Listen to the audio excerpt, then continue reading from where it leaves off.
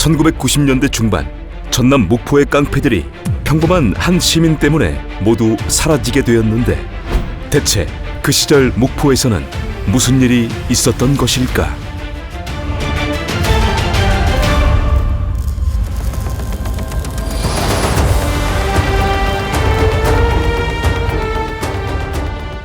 때는 1996년 6월의 어느 날, 당시 전남 목포의 화성유통이라는 곳에서 상무로 근무하던 30대 후반 조호연이라는 남자는 여느 날과 같이 평범하게 일과를 마친 뒤 10명 정도 되는 직원들과 함께 오랜만에 회식 자리를 갖게 되었다. 식당에서 1차를 마친 조씨 일행은 당일 10시경 2차 장소를 당시 목포에서 제일 잘 나가는 S호텔의 나이트클럽으로 정한 뒤 그곳으로 향하게 되고, 그렇게 나이트클럽으로 가게 된 조씨 일행은 이때까지는 별 문제 없이 2차 회식 자리를 즐기며 회포를 풀었다. 그런데 2차를 마무리할 때쯤 조씨 일행에게는 한 가지 문제가 생기게 되는데, 술값을 계산하려던 조씨 일행은 자신들이 마신 술보다 터무니없이 부풀려진 금액의 계산서를 받아들게 되고, 이에 조씨는 직원 몇몇과 함께 웨이터를 찾아가 어찌 된 일인지를 물으며 실랑이를 벌이게 된다.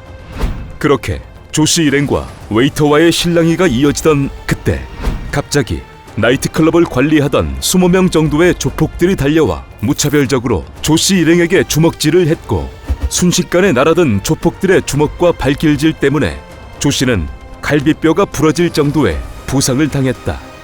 이렇듯 어이없게 폭행을 당하고 귀가한 조씨는 자신이 겪은 상황이 너무 억울하여 다음날 사과를 받아내기 위해 다시 나이트클럽을 찾았으나, 바램과는 달리 나이트클럽의 사장 황씨를 비롯한 그의 부하들은 조씨에게 건방지다고 말하며 다시 주먹질을 하고 말았다. 그것도 모자라 조폭들은 며칠 뒤 조씨의 회사를 찾아가 행패를 부리고 직원들을 위협했으며 여러 사람들이 보는 앞에서 조씨를 모욕하고 조롱하기까지 했다. 이렇듯 조씨는 몇 차례나 조폭들로부터 억울한 일을 당했고, 그 피해로 인해 정상적인 회사 생활을 할 수 없었기 때문에 그날의 억울함을 잊어버릴 만도 했으나, 도저히 참을 수가 없었던 조씨는 결국 사건 보름 뒤인 1996년 7월 초 검찰에 고소장을 제출하게 된다.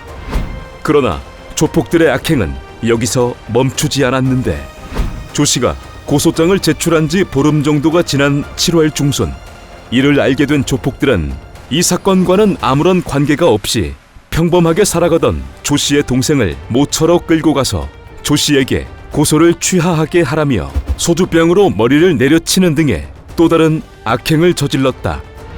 상황이 이렇게까지 되자 조씨는 조폭들에게 한번 맞서볼 것인지, 아니면 억울하지만 아무 일도 없었던 것처럼 숨죽이고 살 것인지를 고민하게 된다. 결국 조씨는 조폭들과 어떤 방식으로든 일단 맞서볼 것이고, 그러다 자신이 잘못되는 한이 있더라도 부끄러운 직장 상사나 아버지가 되지 말자는 마음을 먹게 된다. 그렇게 조씨는 조폭들과 맞서보기로 마음을 먹긴 했으나, 평범한 시민이 조직폭력배들과 주먹으로 싸울 수는 없는 일이었기 때문에 여러 면에서 고민을 하게 되고, 그러다 결국 그는 언론을 이용하게 된다.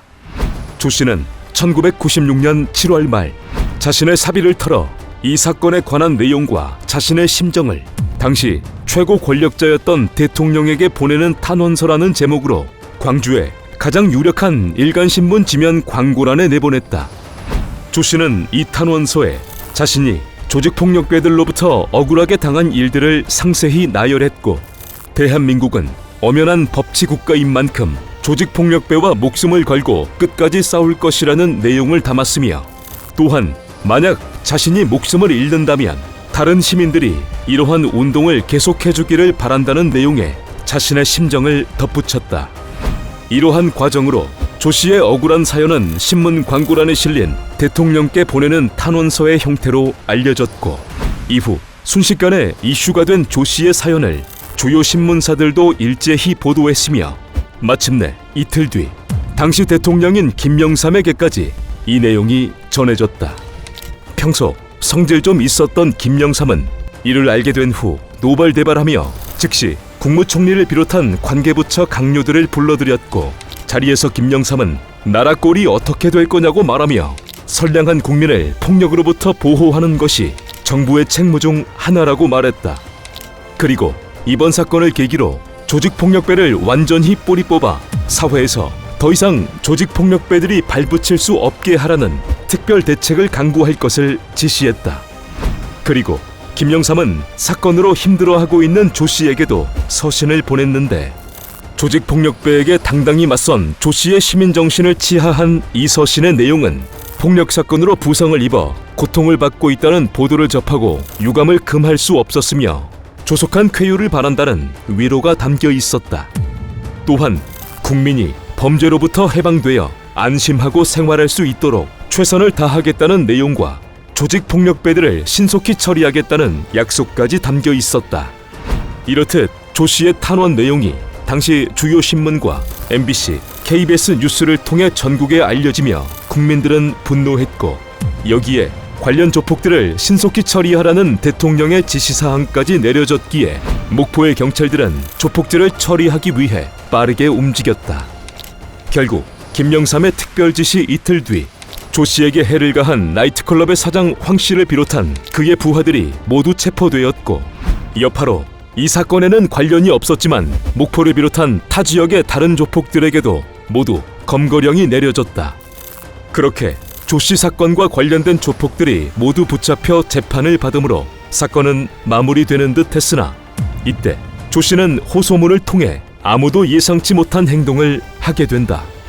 그가 보낸 호소문에는 우리 일행에게 해를 가한 나이트클럽의 종업원과 폭력배들이 가슴 깊이 잘못을 뉘우치고 고향 발전에 동참할 의사가 있다면 어떠한 처벌도 원치 않는다는 말과 함께 이번 사건으로 자신의 가족들이 아파했듯 구속된 그들의 가족도 마찬가지로 고통을 겪고 있을 것이라며 최대한 관용을 베풀어달라고 강조했던 것이었다. 이후 그는 언론과의 인터뷰를 통해 사랑하는 고향 목포가 폭력도시로 비춰지고 있는 것에 대해 아쉬움을 금할 수 없다며 이들을 자신이 용서함으로 목포가 관용과 사랑의 도시로 거듭나길 바란다는 말을 전했다. 그리고 덧붙여 앞으로는 조직폭력배들이 자연적으로 소멸되고 평범한 시민들이 편안하게 살 수 있는 사회가 되기를 바란다는 내용을 인터뷰를 통해 밝혔다.